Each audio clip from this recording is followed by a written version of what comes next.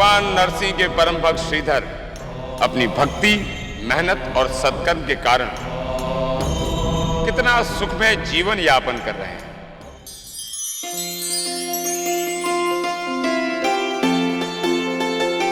धरस बेटा, ये क्या कर रहे हो? ये पुष्प अभी तोड़ने योग्य नहीं है, इन्हें कल तोड़ लेना। चलो अभी।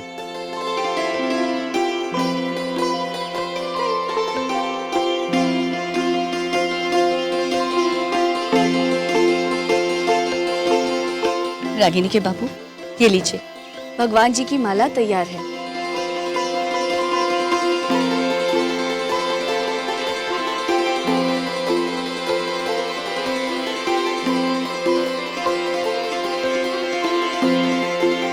अच्छा, मैं चलता हूँ। मंदिर में भक्त लोग प्रतीक्षा कर रहे होंगे।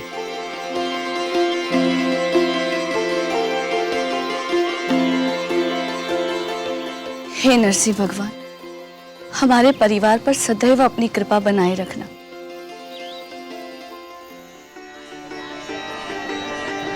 हरनाथ संतन हितकारी। अरे भाई, जल्दी से हमें एक फूलों की माला देना। देता हूँ मालिक। मैं तनिक भगवान जी के दर्शन कराऊं। फूल वाले, समय नहीं है हमारे पास। तुम एक काम करो, ये जो माला तुम्हारे हाथ में है यही हमें दे दो। क्षमा करें मालिक, ये माला हम आपको नहीं दे सकते, क्योंकि ये माला हम स्वयं अपने लिए बनाकर लाते हैं, नरसिंह भगवान को चढ़ाने के लिए। तुम दूसरी बना लेना। बोलो कितना दाम है इसका? मालिक, बात पैसों की नहीं, श्रद्धा और भक्ति की है। आप इसके कितने भी पैसे दे दो, किंतु हम इसे बेचेंगे नहीं। आप रुकिए, हम ऐसे ही आपको दूसरी माला बना देंगे। आप रुकिए, मैं भी आता हूँ। मूर्ख आदमी है, आती हुई लक्ष्मी को छोड़कर भगवान की भक्ति में पड़ा है।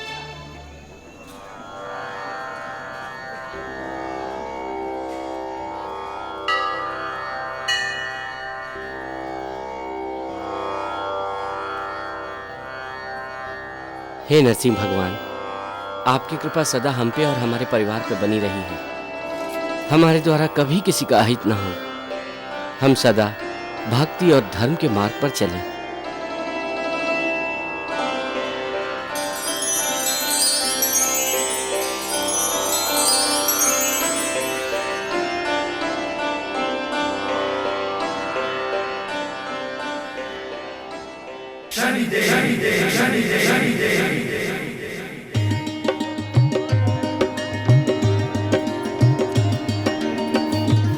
आइए आइए, हमारे पास भी आइए, हमारे पास भी ताजा फूल है। आइए। नहीं नहीं, हम तो श्रीधर से ही फूल लेंगे।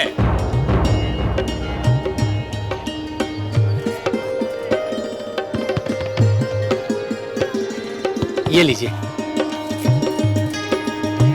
पता नहीं श्रीधर के फूलों में क्या बात है, हमारे फूल तो कोई खरीदता ही नहीं। अरे भाई, क्या तुम्हारा ही नाम श्रीधर है? हाँ मालिक। बहुत तारीफ सुनी है तुम्हारे फूलों की। कल हमारी बेटी का विवाह है, बारातियों के स्वागत के लिए और मंडप और विदाई तक के लिए क्या सभी फूलों की व्यवस्था तुम कर पाओगे? क्यों नहीं मालिक, ऐसी सजावट करूंगा, ऐसी सजावट करूंगा कि सब देखते रह जाएंगे। ठीक है, कल सुबह हवेली में पहुंच जाना।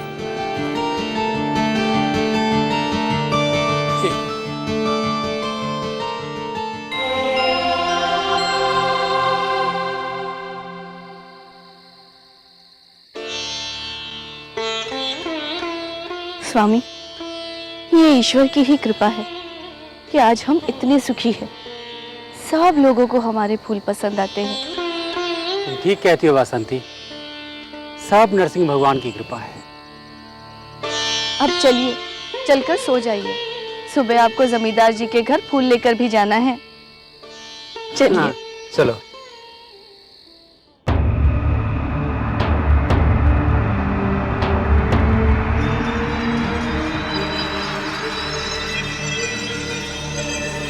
गंधर्व कुमारी, ये इतनी मनमोहक और मादक कर देने वाली सुगंध कहां से आ रही है? ये मन मोहने वाली सुगंध उस बगीचे में से आ रही है।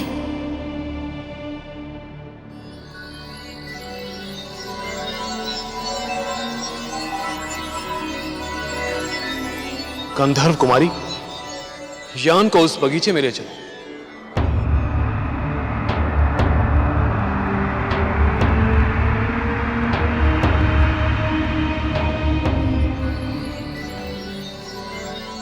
अद्भुत, ऐसे अद्भुत फूलों की सुगंध आज से पहले हमने कभी महसूस नहीं की। गंधर्व कुमारी, इन फूलों को तो इंद्रलोक में होना चाहिए। ये संभव नहीं है देव जयंत, क्योंकि ये फूल केवल धरती लोक पर ही उत्पन्न होते हैं। तो ठीक है गंधर्व कुमारी, इन फूलों को हम स्वर्ग लोक में तो ले जा ही सकते हैं। ले जा सकते हैं, परंतु ऐसा करने से पहले हमें इन फूलों के स्वामी से आज्ञा ले लेनी चाहिए। गंधर्व कुमारी, हम इंद्रपुत्र जयंत, हमें किसी मनुष्य की आज्ञा लेने की कोई आवश्यकता नहीं।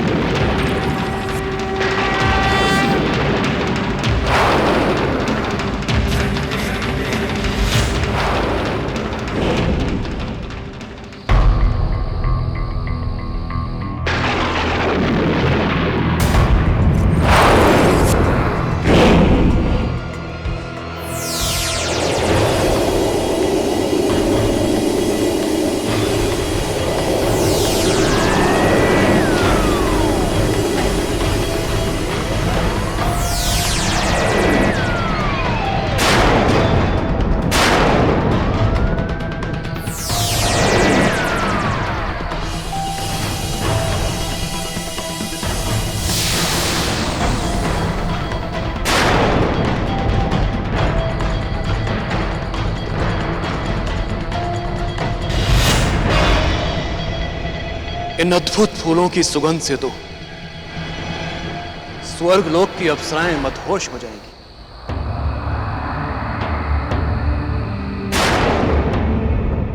यह तुमने क्या किया इंद्रपुत्र जयंत? तुमने श्रीधर के उद्यान से उसकी आज्ञा के बिना फूल ले लिए? यही तो उसके जीवन यापन का साधन था। तुमने चोरी की है, अपराध किया है। आज से तुम एक अपराधी हो।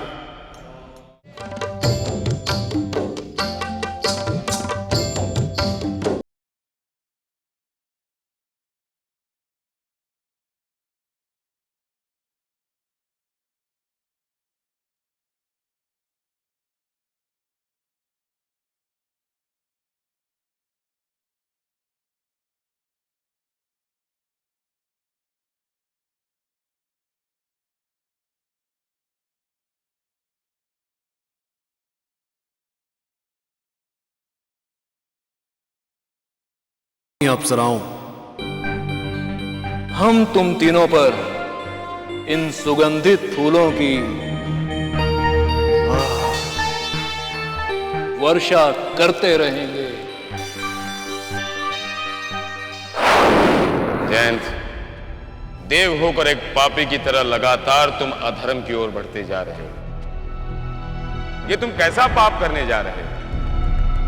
उस माली ने फूलों को खिलाने के लिए अपने सुखों को त्यागा, दिन रात मेहनत की, किंतु तुम्हारे इस कर्म से उसे कितना दुख होगा, उसके परिवार वालों पर क्या बीतेगी, कभी सोचा तुमने?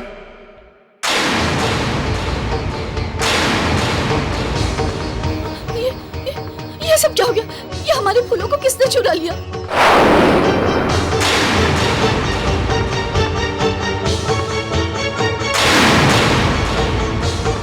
रात में तो सब ठीक था रागिनी की माँ, इन फूलों की चोरी हुई तो ये सब कैसे? अब क्या होगा? ये जमींदार के घर फूल कैसे पहुंचाओगे?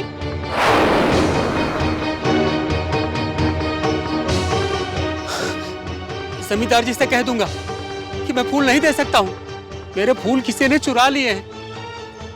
श्रीधर, ओ श्रीधर, श्रीधर!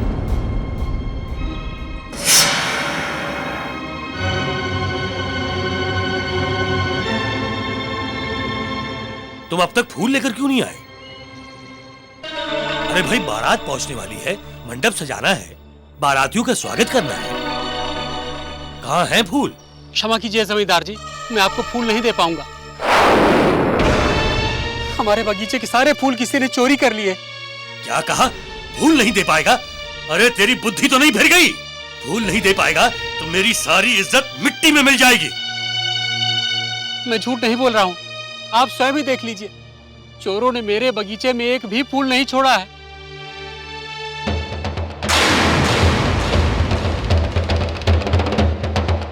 माली, आज तूने मुझे मेहमानों के आगे मुंह दिखाने लायक नहीं छोड़ा।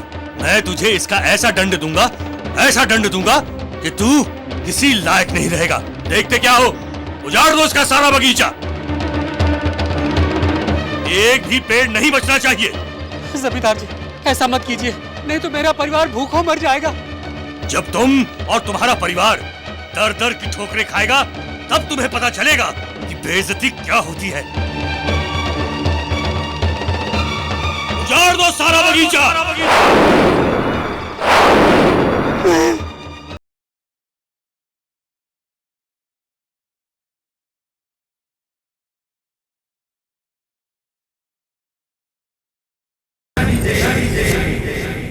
अरे नहीं, ऐसा मत कीजिए, ऐसा मत कीजिए। अरे नहीं, हमारा बागीचा मत उजाड़िए।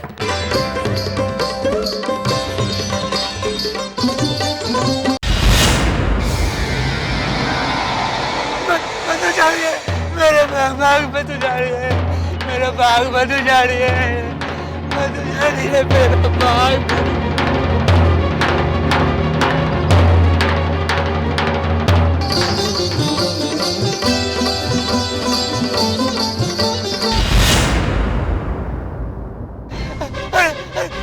मेरा बगीचा, अरे मेरे फूल मत उखाड़ो।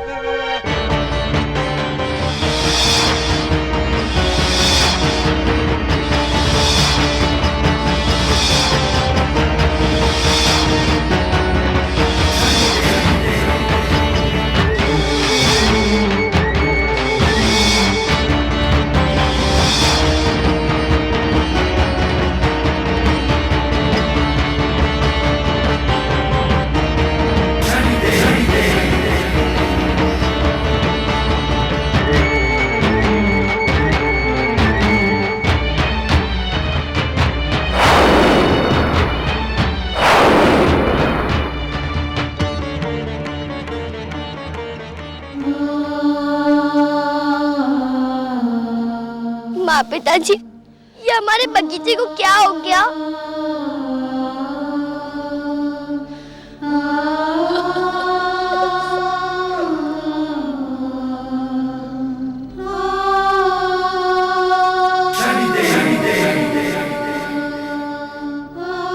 हम बर्बाद हो गए रागिनी के बाबू, सब बर्बाद हो गया, सब कुछ। हौसला रखो रागिनी की माँ, शायद यही हमारे भाग्य में लिखा था। श्रीधर जो हुआ वो तुम्हारे भाग्य में नहीं था, बल्कि जो तुम्हारे भाग्य में था उसे जयंत ने चुरा लिया। श्रीधर, हिम्मत मत हारना, क्योंकि सच्चे मन से किया गया कर्म का फल कभी व्यर्थ नहीं जाता।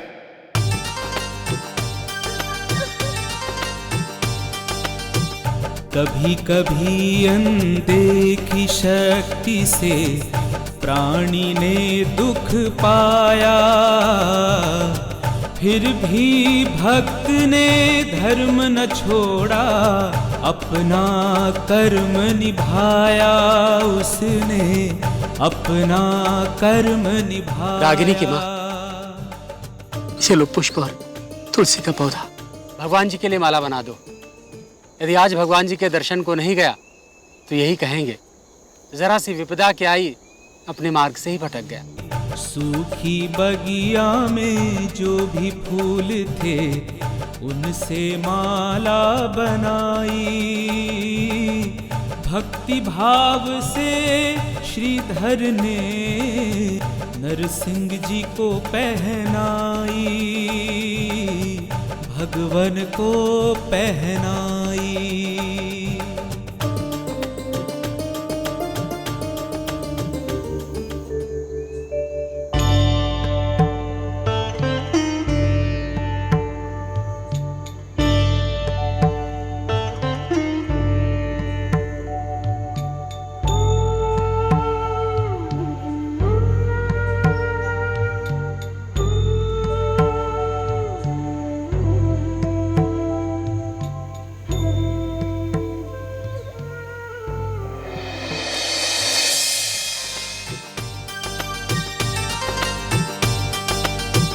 कहते हैं कि सत्कर्मों से अच्छा फल मिलता है।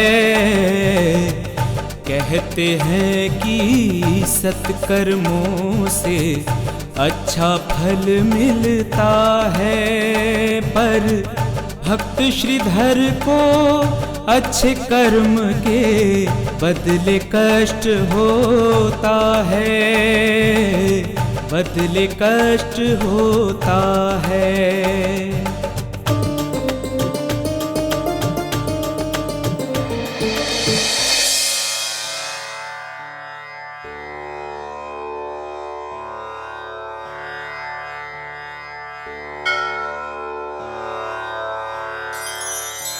हे नरसिंह भगवान, हमने सदा पूरी निष्ठा, भक्ति और विश्वास के साथ आपकी आराधना की है। आपके बताए हुए सत्य और धर्म के मार्ग पर चले हैं, फिर हमसे ऐसी क्या भूल हो गई? इसका दंड हमारे परिवार को मिल रहा है।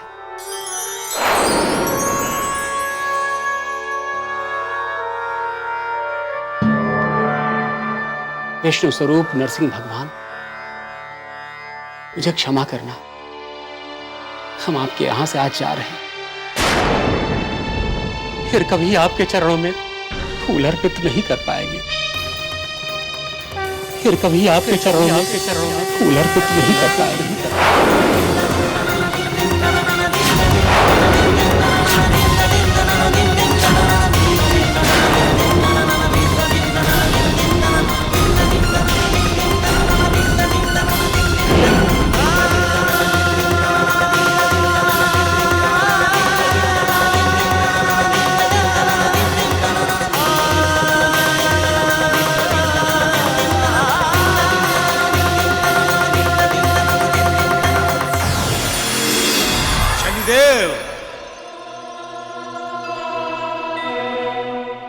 प्रभु,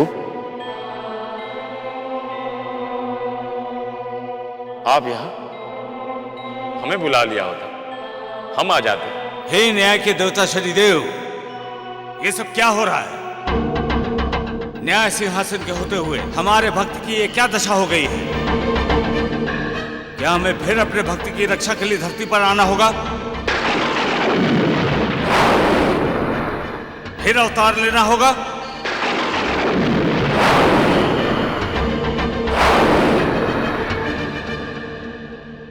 जानते हैं प्रभु, जयंत के कारण आपके भक्त और उसके परिवार वालों को बहुत कष्ट भोगना पड़ रहा है, किंतु आप चिंतित न हो। हमारा न्याय चक्र आरंभ हो चुका है। जयंत को उसके अपराधों का दंड मिलेगा और आपके भक्त को न्याय।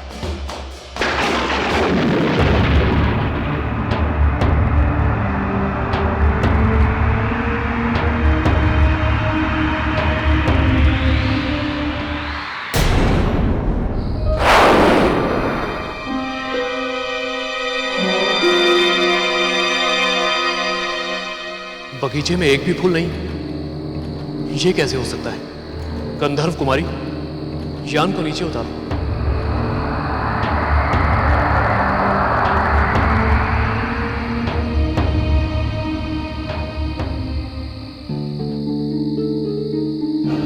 सारा बगीचा सूखा पड़ा है।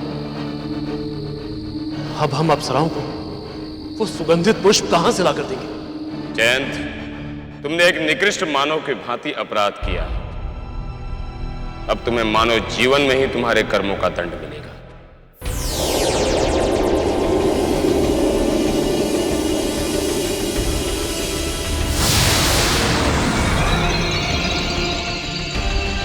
ये क्या हो रहा है?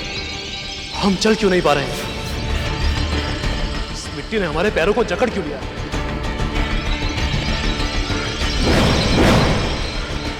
गंधर्व कुमारी, हमारी सहायता कीजिए।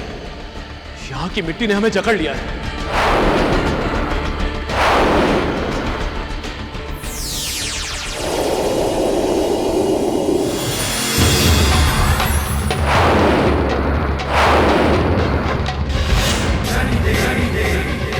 देव कुमार, मैं आपकी कोई सहायता नहीं कर सकती।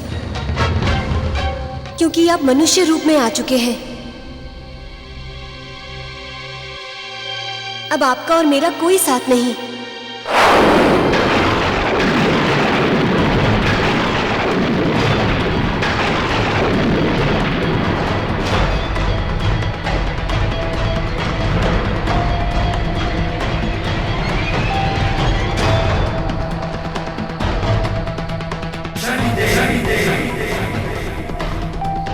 कौन है ये? किसने अपनी माया रची है? साहस है तो सामने आए, हम उसे जीवित नहीं छोड़ेंगे।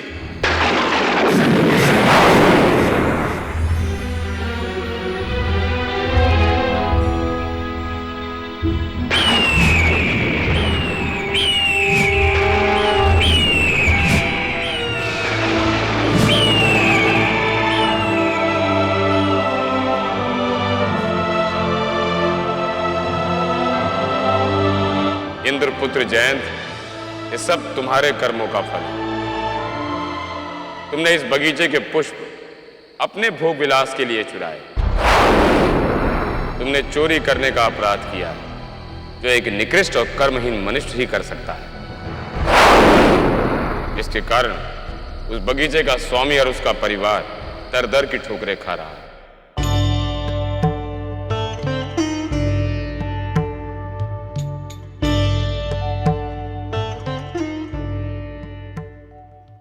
जयंत, तुमने श्रीधर के कर्मों के फल को चुराया है,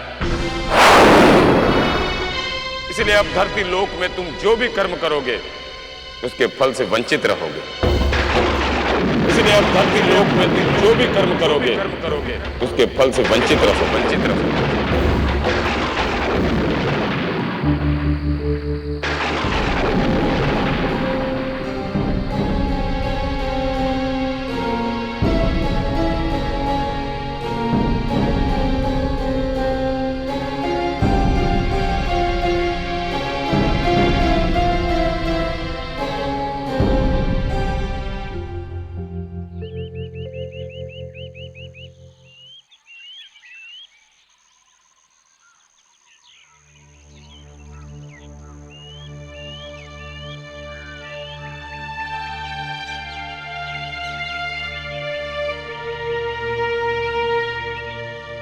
प्रणाम ऋषिवर। कौन हो तुम? ऋषिवर, मैं बहुत दिनों से भूखा हूं ऋषिवर, कृपया कुछ खाने को दे दीजिए।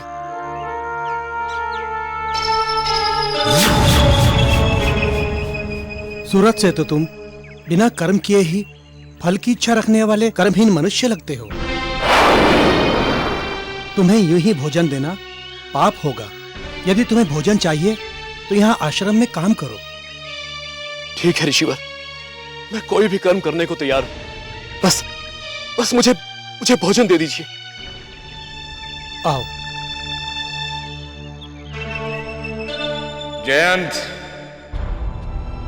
आज तुम्हें कर्मों का महत्व समझ में आएगा और अपने कर्मों के उपरांत जो फल मिलता है उसका भी अर्थ समझ में आएगा।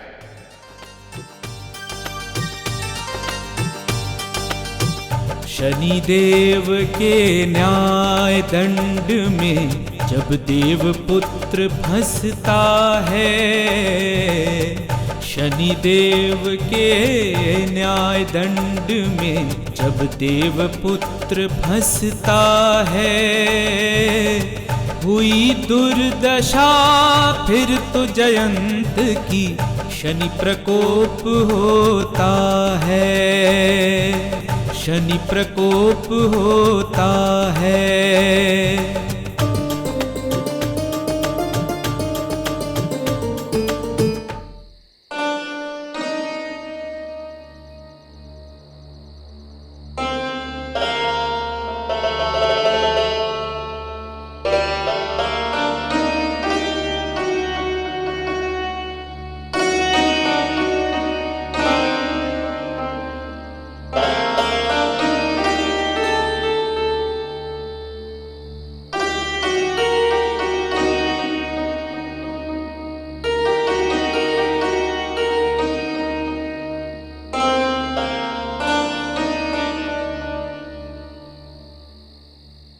ये लो, आज तुम्हारे द्वारा किए गए दिन भर के परिश्रम का फल।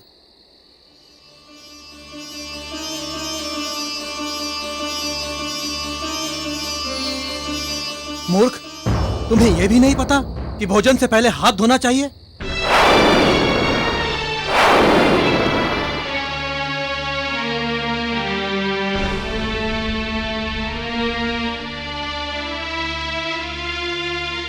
जयंत, जिस भोजन को देखकर तुम प्रसन्न हो रहे हो वो भोजन तुम्हारा नहीं, क्योंकि जिसका भोजन तुमने चुराया था अब इस पर उनका अधिकार है।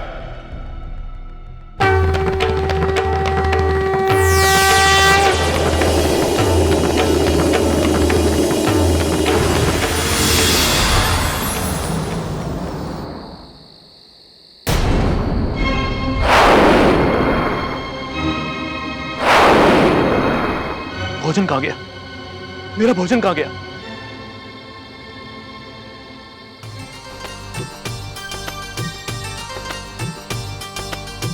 माँ, बहुत भूख लगी है।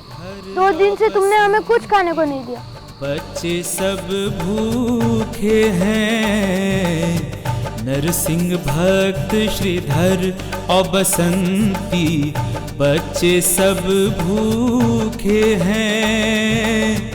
उनका धर्म ना जाने पाए, पानी पी कर सोते हैं, पानी पी कर सोते हैं। माँ, अभी उबला हुआ नमक का पानी मैं नहीं पी सकता।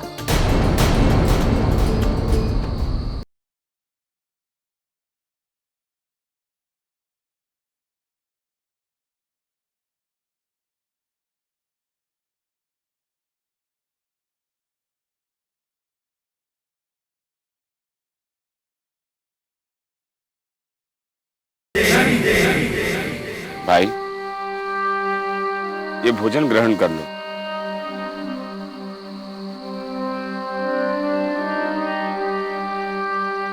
ये भगवान का प्रसाद है, ये तुम्हारे ही कर्मों का फल है।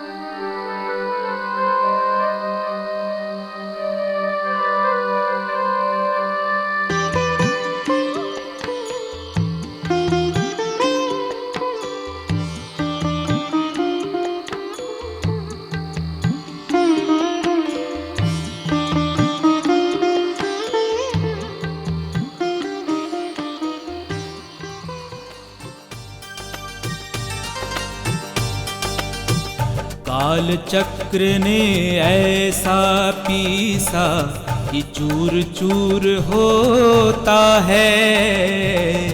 काल चक्र ने ऐसा पीसा कि चूर चूर होता है। झूठे पत्तल चाट रहा है, पागल जैसा फिरता है, पागल जैसा फिरता है। इस संसार में जो जैसा कर्म करता है उसे वैसा ही फल भोगना पड़ता है। जयंत, तुम्हारे कारण श्रीधर के परिवार वालों को भूखों रहना पड़ा, भीख मांगनी पड़ी। आज उसी पाप कर्म का फल है कि तुम्हें इन पत्थरों से जूठन उठाकर अपना पेट भरना पड़ रहा है।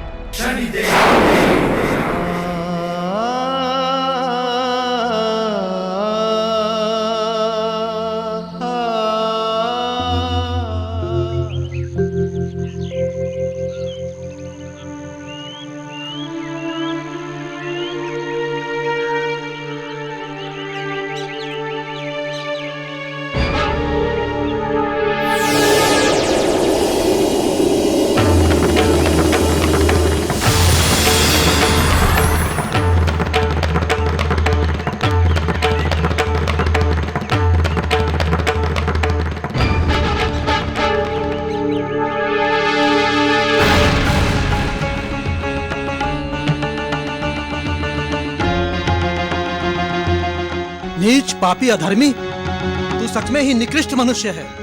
दूध के स्थान पर रक्त लाया है।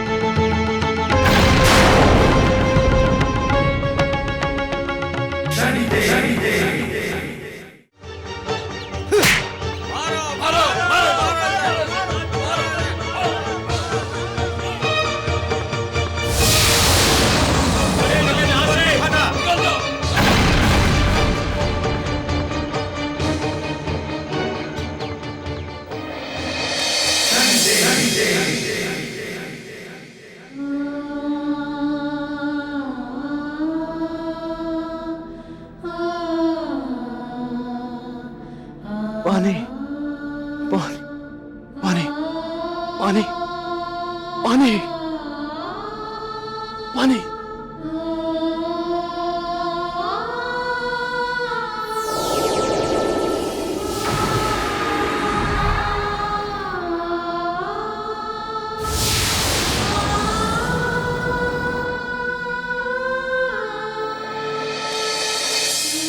नहीं नहीं नहीं शनिदेव नहीं, मैं अब और सहन नहीं कर सकता।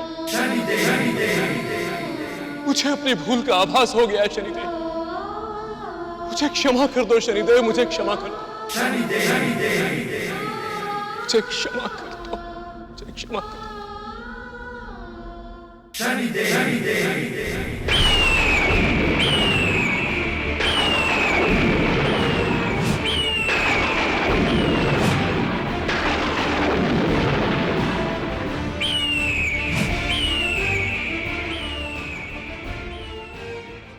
जयंत, अब तुम्हें ज्ञात हुआ होगा कि जब बुरे कर्मों का फल मिलता है तो कितना कष्टकारी होता है।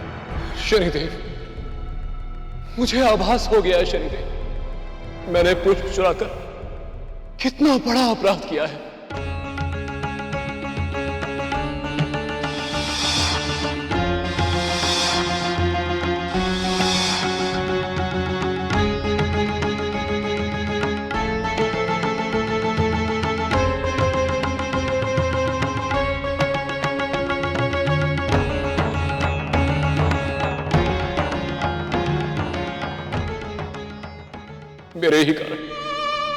मेरे ही कारण एक हंसता खेलता परिवार बर्बाद हो गया।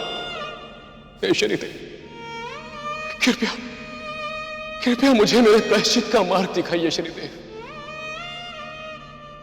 जयंत, तुम्हारे प्रायश्चित का एक ही मार्ग है। तुम्हारे कारण जो बगीचा उजड़ गया था उसे तुम अपनी मेहनत से सींचकर फिर से हरा भरा कर दो। जो सुख तुमने श्रीधर से छीना था उसे लौटा दो।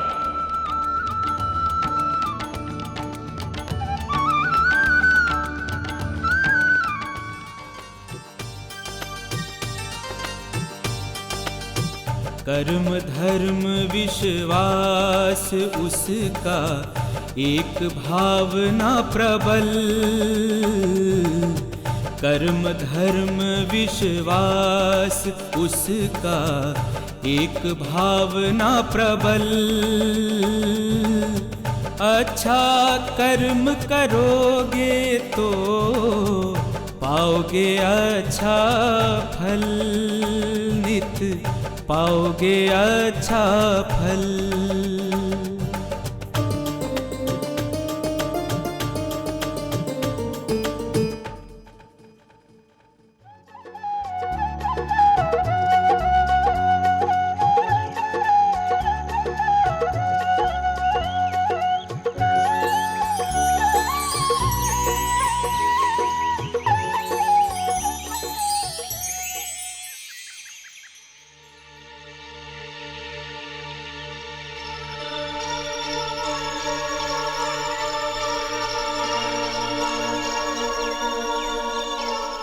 बसंती, ये तो हमारे बगीचे के फूलों की सुगंध है। चलो, हमारा बगीचा हमें पुकार रहा है, जल्दी चलो।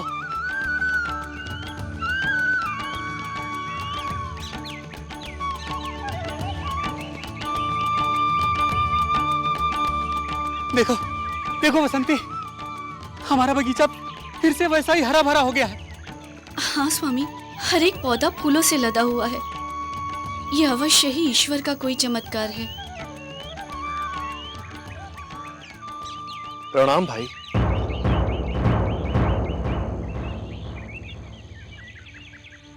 आप ही इस बगीचे के मालिक हैं ना? हाँ, हम ही हैं। परंतु ये बगीचा हरा भरा किसने किया?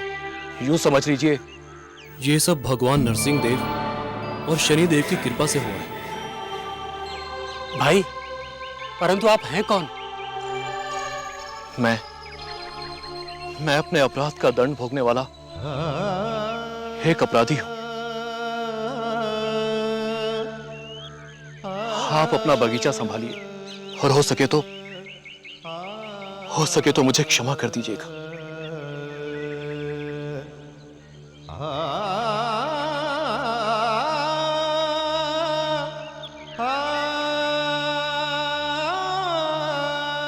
न जाने कौन भला आदमी था जो हमारा बगीचा हरा भरा हमें देकर हम पर उपकार करके चला गया। जय नरसिंह भगवान।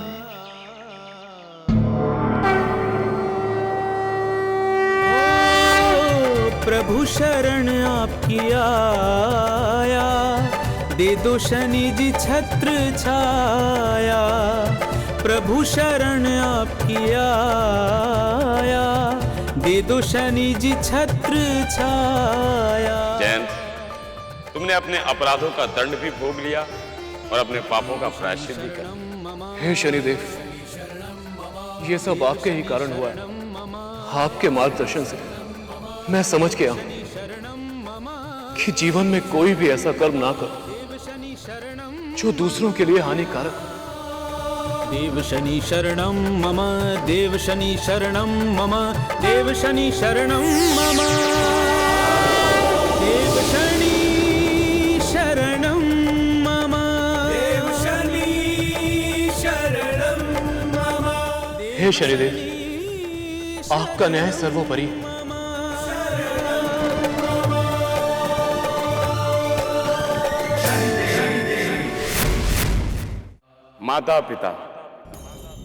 माता पिता इस संसार में ईश्वर के स्वरूप होते हैं। माता पिता के चरणों में ही स्वर्ग बसता है। माता पिता के एक आशीर्वाद से संतान के सारे कष्ट दूर हो जाते हैं। जो पुत्र अपने माता पिता का अनादर करता है उसे जीवन में कोई भी सुख प्राप्त नहीं होता। ऐसे ही हमारे परम भक्त देवनाथ और उनकी पत्नी अपने पुत्र नरोत्तम को बहुत प्रेम करते हैं, किंतु नरोत्तम बेटा, बेटा, वैद्य जी आए तुम्हारे साथ। वैद्य जी? मां हम ध्यान लगाने के लिए गए थे, क्योंकि यहां इनके खांसने की वजह से यह कार्य संभव नहीं है।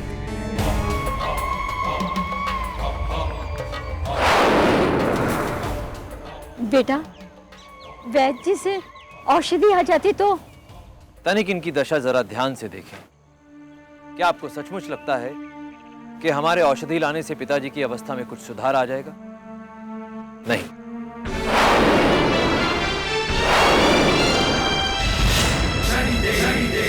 पुराणों में स्पष्ट रूप से लिखा है कि जिसने भी इस धरती पर जन्म लिया है, एक दिन उसे इस धरती को छोड़ना भी होगा।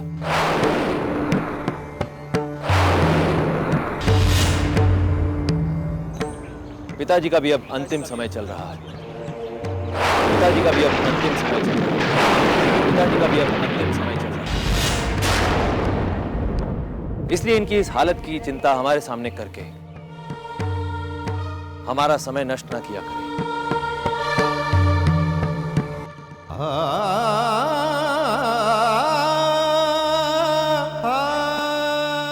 आंसू मत बहाओ, मत बहाओ आंसू। ठीक ही तो कह रहा है नरोत्तम। ठीक ही कह रहा। अब तो तू ईश्वर से प्रार्थना कर, ईश्वर से कि जितने जल्दी हो सके जीवन से मुक्ति मिल जाए, मुक्ति मिल जाए। कुछ नहीं कहेंगे, कुछ नहीं कहेंगे। आपको कुछ नहीं होगा, कुछ नहीं होगा आपको।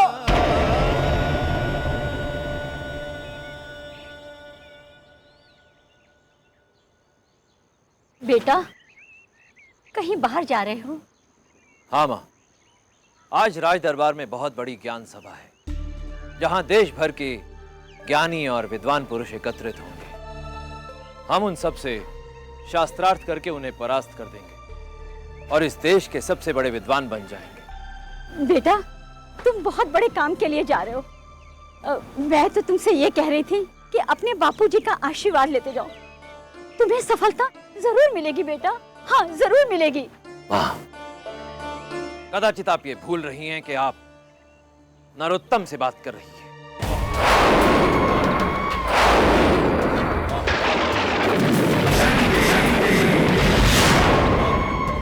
हमारे ज्ञान और बुद्धि के सामने इस संसार में भला कौन टिक सका है? कोई नहीं।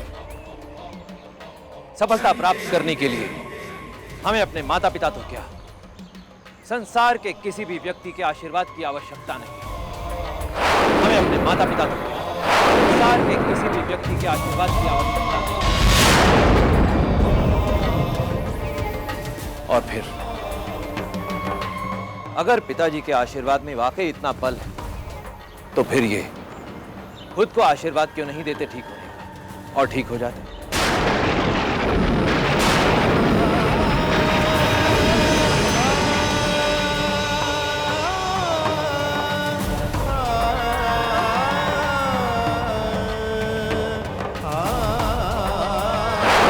उत्तम, तुम्हें बुद्धि और ज्ञान का इतना अहंकार कि तुमने अपने माता पिता के अस्तित्व को ही नकार दिया। नरोत्तम, तुम ज्ञानी नहीं, एक शिक्षित मूर्ख हो। तुम्हारा यही अधूरा ज्ञान तुम्हें पतन की ओर ले जा रहा है।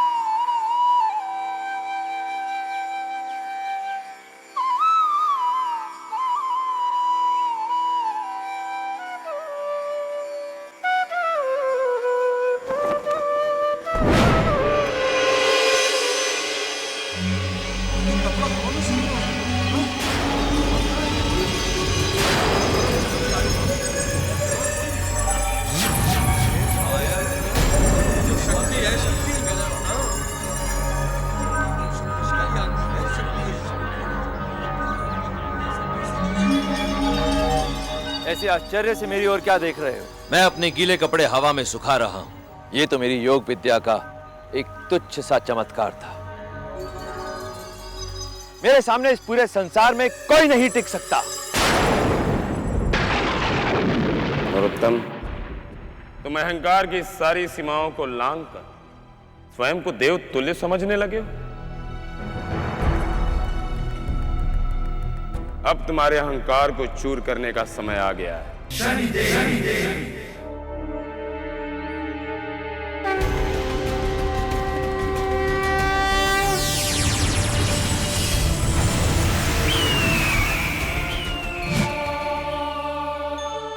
बगुला देव, इस अहंकारी नरोत्तम को सत्य का एक अंश तो दिखाइए।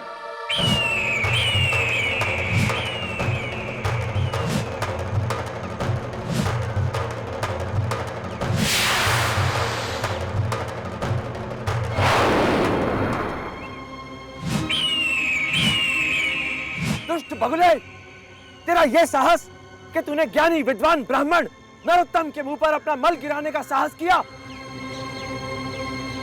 मैं तुझे अभी श्राप देता हूं, अभी के अभी भस्म हो जा।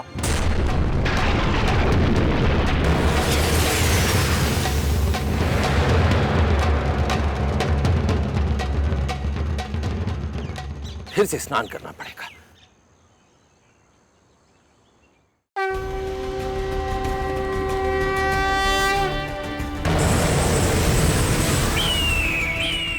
ये तुम्हारे अहंकार पर हमारी पहली चोट थी। अभी तुम्हारे अहंकार रूपी रथ को तोड़ना शेष है। प्रणाम महाराज। इससे पहले कि मैं शास्त्रार्थ में भाग लूं, मैं यहां उपस्थित सभी विद्वानों को एक चुनौती देता हूं। मेरी चुनौती यह है कि अगर इन उपस्थित सज्जनों में से ये सब मुझसे शास्त्रार्थ में परास्त हो गए, तो इन्हें अपना ब्राह्मणत्व अर्थात ब्राह्मण होने का अधिकार त्यागना हो। ब्राह्मण होने का अधिकार क्या करें?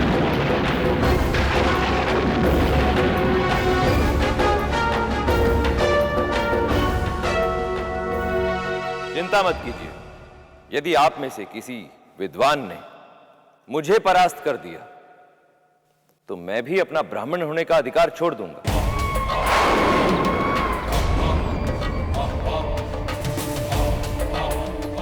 महाराज, हमें नरोत्तम जी की शर्तें स्वीकार हैं। तनिक ठहरिए। इससे पहले कि आप मेरी ये चुनौती स्वीकार करें, मैं आपको अपनी यौगिक शक्तियों का एक प्रदर्शन दिखलाता हूं।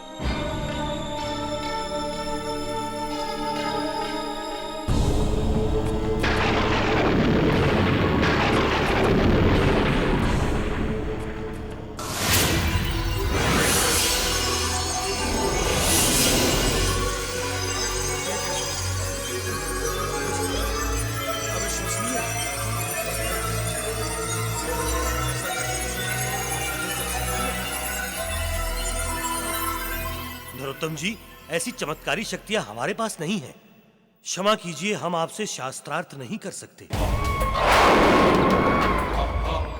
तो ठीक है, विद्वान नरोत्तम जी को निर्विरोध सर्वश्रेष्ठ विद्वान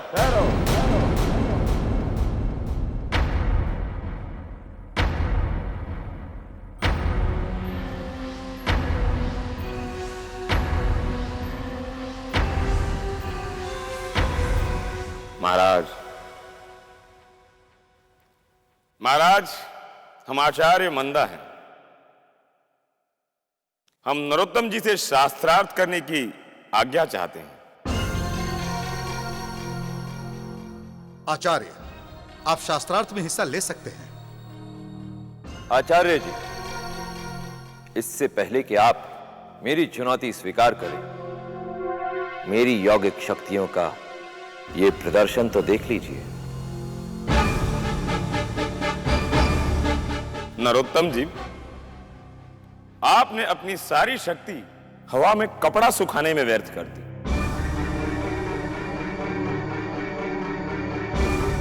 अज्ञानता का ऐसा बड़ा उदाहरण हो ही नहीं सकता।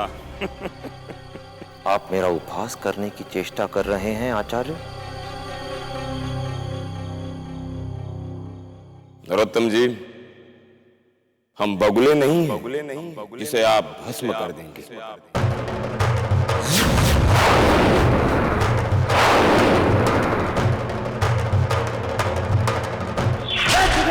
अभी श्राप देता हूं, अभी के अभी भस्म हो जा। इसे बगुले के बारे में कैसे पता चला? तो ठीक है, दिखाइए आपके पास क्या शक्तियां हैं।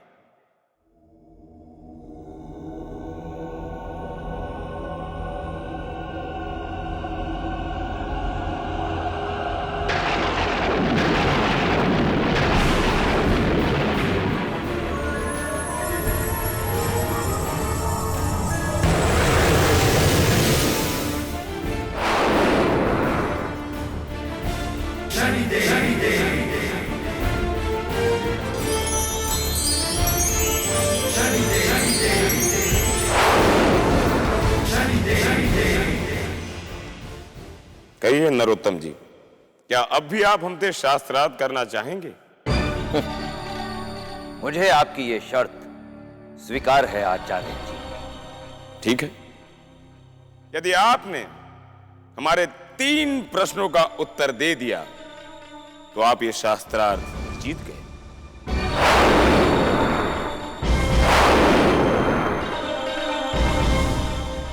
हमारा पहला प्रश्न है कि मनुष्य के लिए धर्म, स्वर्ग और तपस्या क्या है?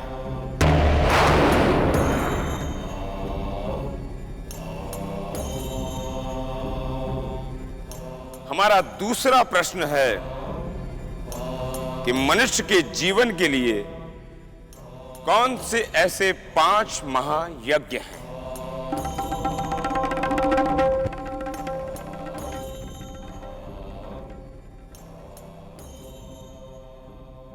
और हमारा तीसरा प्रश्न है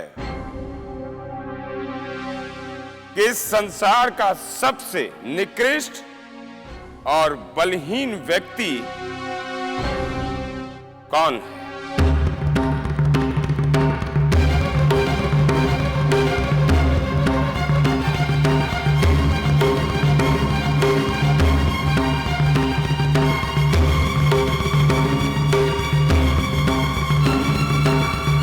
ये नरोत्तम मूर्ख और अभिमानी है।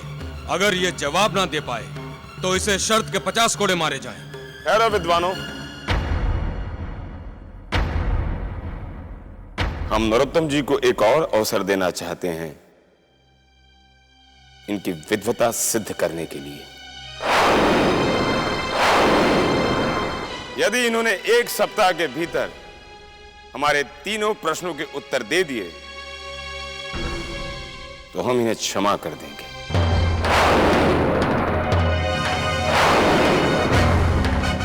आचार्य ठीक कह रहे हैं। अगले 7 दिन तक सदैव हमारे सैनिकों की दृष्टि तुम्हारे ऊपर रहेगी।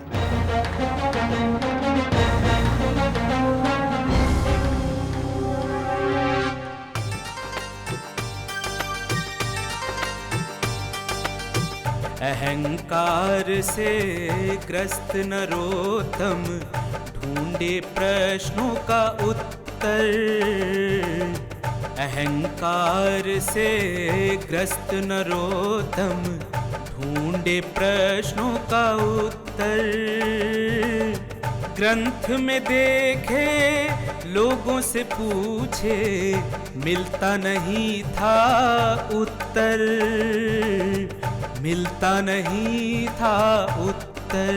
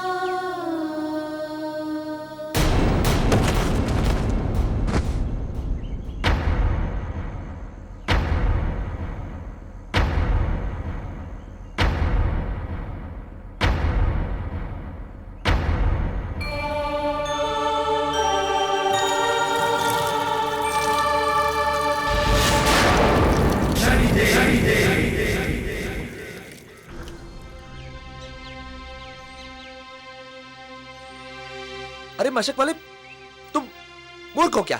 ये क्या कर दिया? एक विद्वान ब्राह्मण को अपवित्र कर दिया। विद्वान जी, हमने सोचा आप याद से व्याकुल होकर बेहोश हो गए, इसीलिए आपके मुख पर ये पानी डाल दिया। अरे मर तो नहीं गया था ना मैं। अपनी बुद्धि का प्रयोग करने को किसने कहा था तुम्हें? अब कर दिया ना हमें अपवित्र। अब दोबारा पवित्र होने के लिए कहाँ स्नान करने जाऊं? अरे विद्वान जी, हमारे मशक में अभी बहुत पानी है। फिर अपनी बुद्धि का प्रयोग कर रहे हो तुम? हाँ, मुझे केवल इतना बताओ कि यहाँ मुस्कुरा क्यों रहे हो तुम? हाँ? देख रहा था कि विद्वान के हाथों में इतने सारे प्रश्न झूल रहे हैं।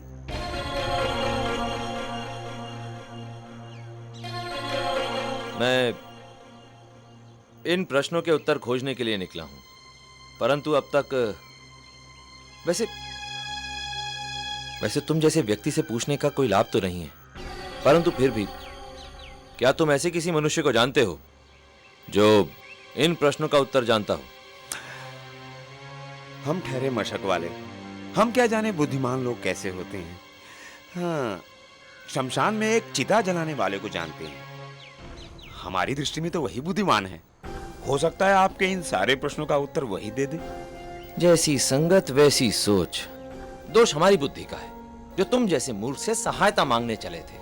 अरे एक चिता जलाने वाला भला इन प्रश्नों के उत्तर कहां से जानता हो? ऐसा मत बोलिए विद्वान जी। शमशान में ही जीवन का सार बसता है।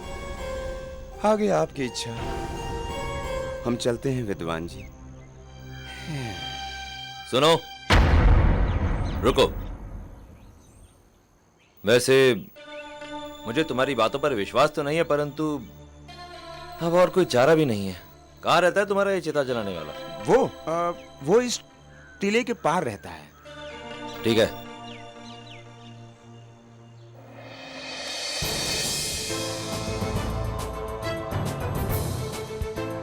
नरोत्तम, अब तुम्हें आभास हो गया होगा कि जीवन पर्यंत जिसको तुमने दुत्कारा, आज उन्हीं लोगों के द्वार पर तुम्हें जाना पड़ रहा है।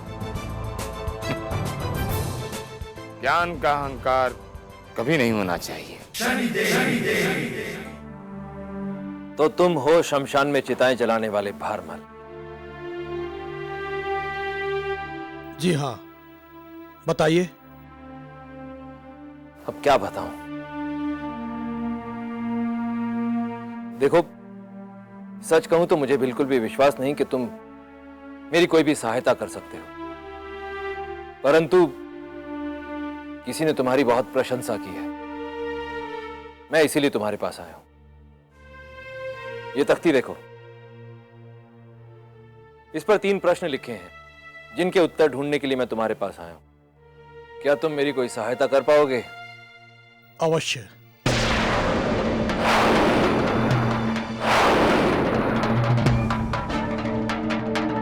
आप आइए मेरे साथ।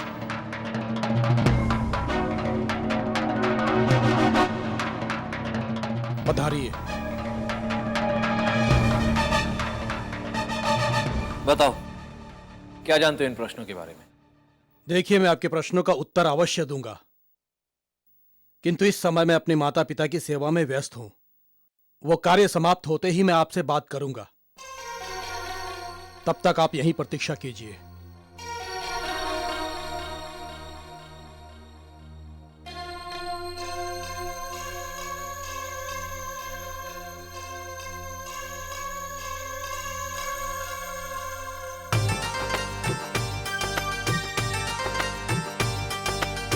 सभी देवता सारे तीरथ मात पिता में वास करे।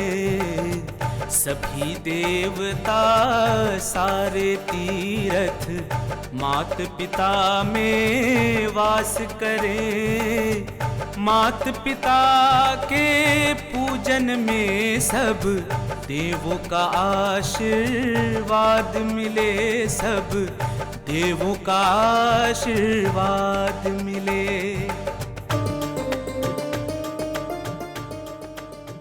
अरे भारमल, अभी और कितना समय लगेगा? अभी मुझे अपने माता पिता के पैर दबाने हैं। प्रतीक्षा कीजिए।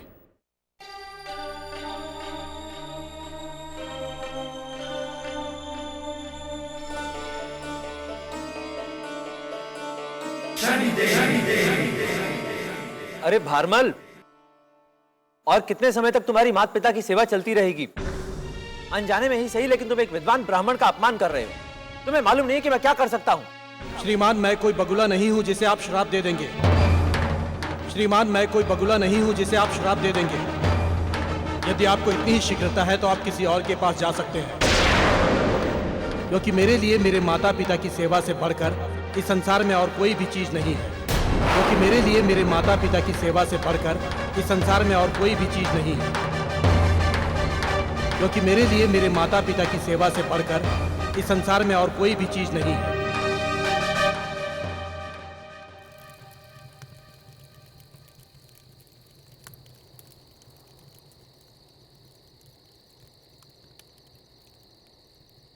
अरे विद्वान जी, आपके प्रश्नों का उत्तर मिला?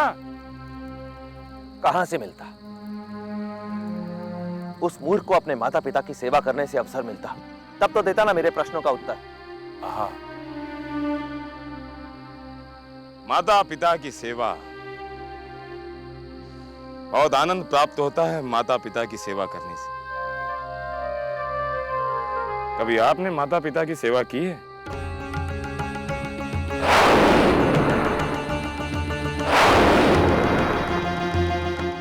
क्या आपको सचमुच लगता है कि हमारे औषधि लाने से पिताजी की अवस्था में कुछ सुधार आ जाएगा? नहीं। अरे मूर्ख, अगर मैंने माता पिता की सेवा करने में अपना समय नष्ट किया होता तो आज मैं इतना ज्ञानी विद्वान नरोत्तम कैसे बनता। माता पिता की सेवा करते इस तरह दर दर की ठोकरें भी नहीं खाते। तुमने कुछ कहा मुझसे? नहीं नहीं विद्वान जी। जाने दो। ये बताओ कि क्या और कोई व्यक्ति है जो इन प्रश्नों के उत्तर देने में मेरी सहायता कर सके? हाँ, एक स्त्री है, कोमल हृदय वाली, सदा दूसरों का भला चाहने वाली। कर्म से तो गृहिणी है पर मन से साध्वी। कहाँ रहती है वो? इस गांव के बगल में ही। आप जैसे ही पहुंचोगे उसका घर है। ठीक है। विद्वान ज्ञानी ब्राह्मण नरोत्तम।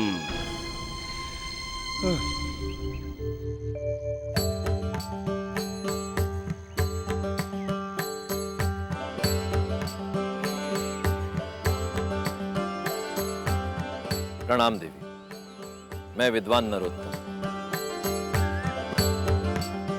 इन प्रश्नों के उत्तर जानने के लिए निकला। क्या आप मेरी कोई सहायता कर सकती हैं? बहुत ही साधारण सा प्रश्न है, किंतु अभी मेरे पति की सेवा का समय हो रहा है। आप प्रतीक्षा करिए।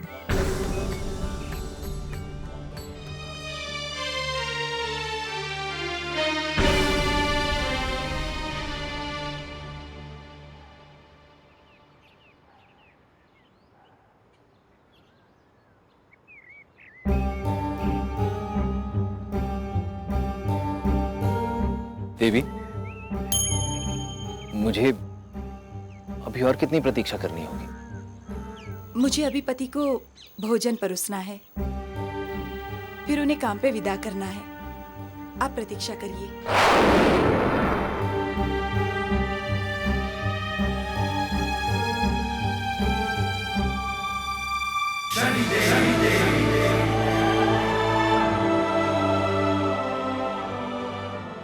मनोहर जी हैं क्या? क्या? मनोहर जी। अरे भोले जी, आप आइए, वो अंदर ही हैं। देवी, अभी और कितना समय लगेगा? क्षमा कीजिए, मेरे पति के मित्र पधारे हैं। उनका आदर करने के बाद ही मैं आपसे बात करूंगी। मुझे यूं बार बार प्रतीक्षा करने के लिए कहकर आप मेरा अपमान कर रही हैं। आप जानती नहीं हैं कि मैं क्या कर सकता हूं। देखिए, मैं बगुला नहीं हूँ जिसे आप श्राप देकर भस्म कर देंगे। मैं बगुला नहीं हूँ जिसे आप श्राप देकर भस्म कर देंगे। देखिए देवी, कदाचित आपको पता नहीं है कि मैं कौन हूं। मैं एक ज्ञानी विद्वान ब्राह्मण हूं, नरोत्तम। इन तुच्छ कार्यों के कारण आप बार बार मेरी अवहेलना कर रही हैं। किंतु मैं आपकी अज्ञानता के लिए अपने पत्नी धर्म की अवहेलना नहीं कर सकती, क्योंकि पत्नी धर्म में ही मेरे सारे सुख बसते हैं। इसी पत्नी धर्म में मेरे यज्ञ, अनुष्ठान और फल हैं।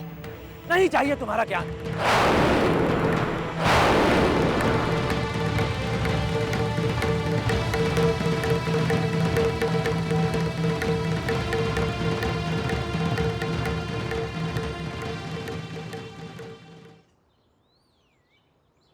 अरे ओ मशक वाले,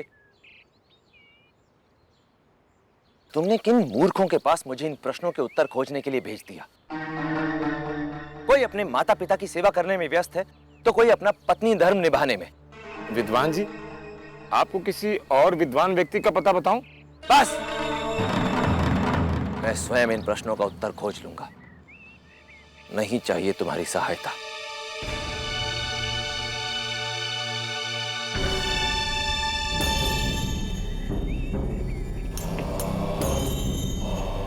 नरोत्तम, इन सारे प्रश्नों के उत्तर तुम्हारी आंखों के सामने हैं।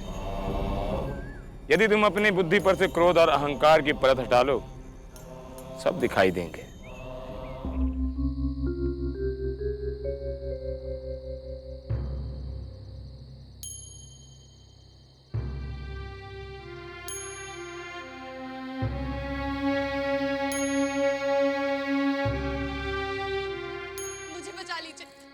बचा लीजिए, मुझे बचा लीजिए, मुझे बचा लीजिए, नहीं तो वो लुटेरे मेरा जीवन बर्बाद कर देंगे। साधु, तूने इस लड़की को शरण देकर अच्छा नहीं किया, अब तू भी नहीं बचेगा। कैसी शरण? मैं तो इस लड़की को जानता भी नहीं, ले जाओ इसे। ऐसा मत कहिए, मेरे सम्मान की रक्षा कीजिए, मैं आपके पैर पड़ती हूँ। अरे दूर रहो मुझसे, दूर रहो। मेरी इज्जत बचा लीजिए। मैं इसे नहीं जानता, ले जाओ इसे, ले जाओ। ले चलो, चलो हमारे साथ, चलो। ब्राह्मण, धिक्कार है तुझ पर। तू एक नारी के मान सम्मान की रक्षा नहीं कर सकता।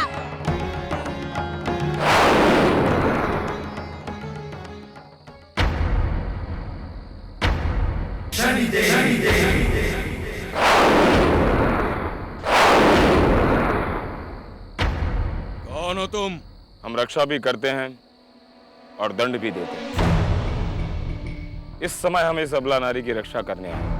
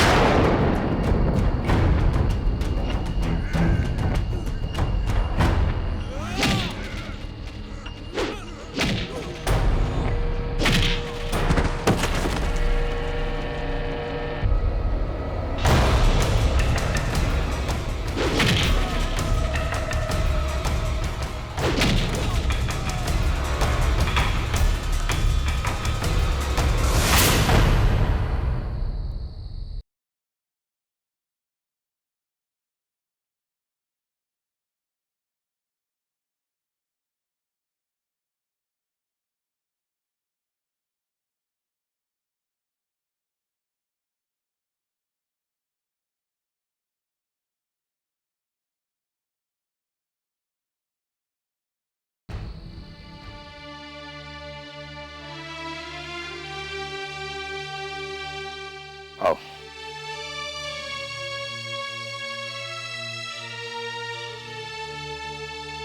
ईश्वर ने तुम्हें पुरुष तो अवश्य बनाया, किंतु तुम इस संसार के सबसे निकृष्ट और बलहीन पुरुष हो। किंतु तुम इस संसार के सबसे निकृष्ट और बलहीन पुरुष हो।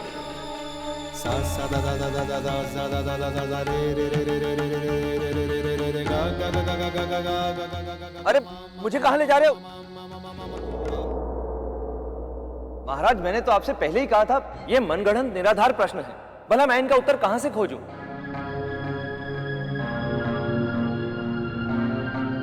महामंत्री जी, नरोत्तम को शर्त के अनुसार दंड दिया जाए।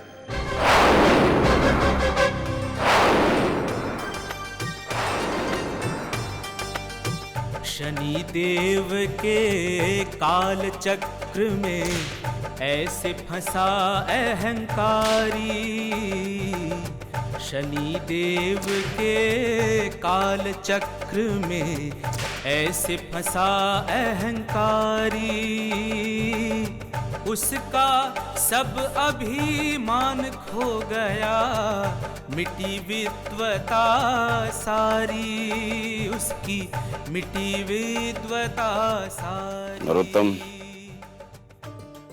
ये उसका दंड है जो तुमने लोगों के साथ बुरा व्यवहार किया,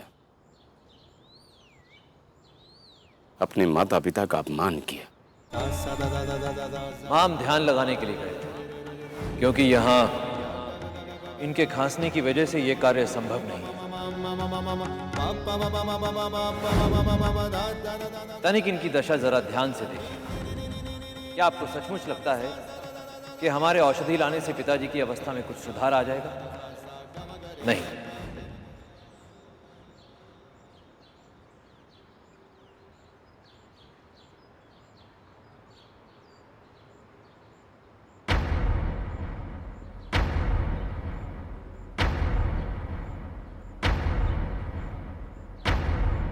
नरोत्तम, तुम्हें इन प्रश्नों के उत्तर इसलिए नहीं मिले क्योंकि तुमने अपनी आंखों के आगे मिथ्या ज्ञान के अहंकार का लेप लगाकर सदैव दूसरों को अपने से तुच्छ समझा, जबकि इन प्रश्नों के उत्तर तुम्हारे अंतर मन में है। अपनी आंखों को बंद करके सच्चे मन से अपने जीवन के अनुभवों का स्मरण करो, तुम्हें इन प्रश्नों के उत्तर अवश्य मिल जाएंगे। नरोत्तम, हमारा पहला प्रश्न था कि मनुष्य के लिए धर्म, स्वर्ग और तपस्या क्या है? यदि आपको इतनी ही शीघ्रता है तो आप किसी और के पास जा सकते हैं, क्योंकि मेरे लिए मेरे माता पिता की सेवा से बढ़कर इस संसार में और कोई भी चीज नहीं है। और हमारा दूसरा प्रश्न था कि मनुष्य के लिए कौन से 5 महायज्ञ होते हैं? क्योंकि पत्नी धर्म में ही मेरे सारे सुख बसते हैं। इसी पत्नी धर्म में मेरे यज्ञ, अनुष्ठान और फल हैं।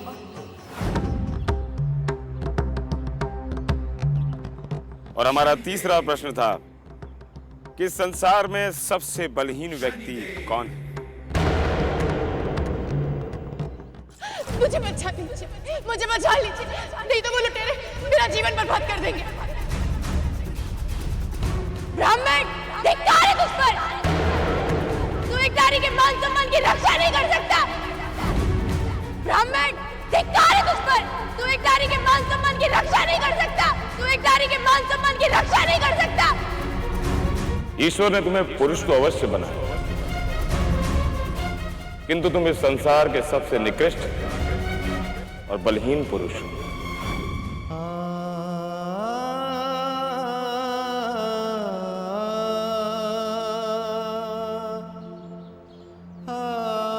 अच्छा,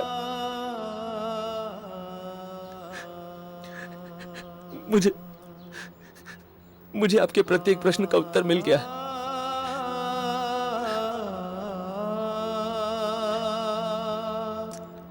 इस संसार में माता पिता ही सबसे बड़ा धर्म है। उनके चरणों में ही स्वर्ग है और उनकी सेवा ही सर्वोच्च तपस्या है।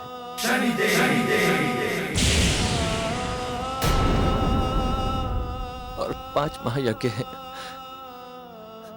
माता पिता और गुरुजनों की पूजा, पति की सेवा, मित्रों से द्रोह न करना, सबके प्रति समान भाव रखना और सदैव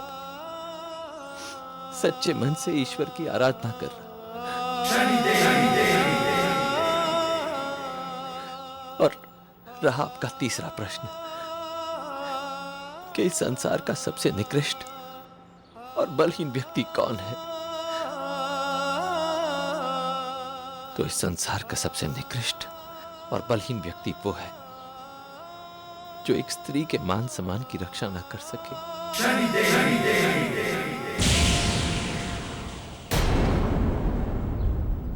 और वो व्यक्ति मैं हूं आचार्य। इस संसार का सबसे निकृष्ट और बलहीन व्यक्ति मैं हूं आचार्य।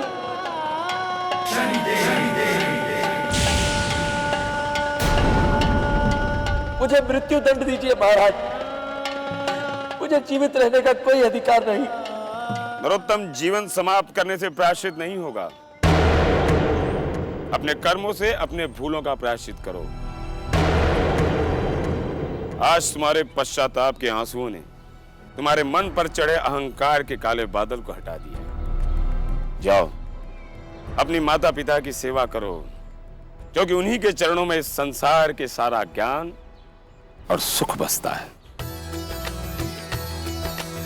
ओ टूटा अहंकार नरोत्तम का, शनि भगवान की कृपा हुई। ओ अहम की रात गुजर गई उसकी, जीवन में नई सुबह सुबह हुई, माता पिता को पुत्र मिल गया, पुत्र को मिल गए माता पिता। शीश झुकाते गुण गाते सब कहते जय जय शनिदेवा, जय जय जय शनिदेवा, जय जय जय शनिदेवा, जय जय जय शनिदेवा।